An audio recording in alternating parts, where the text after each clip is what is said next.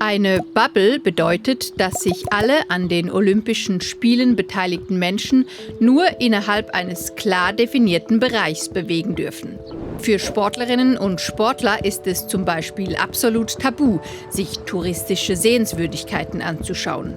Einheimische, die für Olympia arbeiten, dürfen die ganze Zeit nicht nach Hause oder ihre Familien treffen.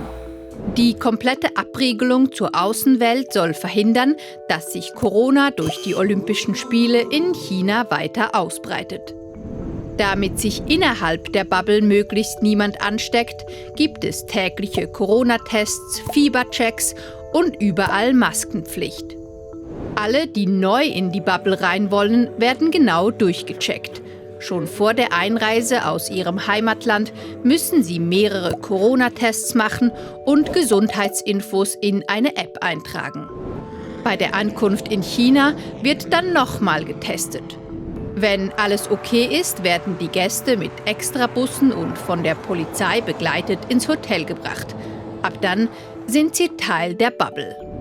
Genau genommen gibt es allerdings nicht eine große, sondern viele kleine Bubbles, denn die Austragungsstätten sind rund um Peking verteilt und die Athletinnen und Athleten in verschiedenen Hotels untergebracht. Extra Schnellzüge fahren zwischen den Austragungsstätten hin und her und auf der Autobahn gibt es spezielle Fahrbahnen nur für die Olympiafahrzeuge.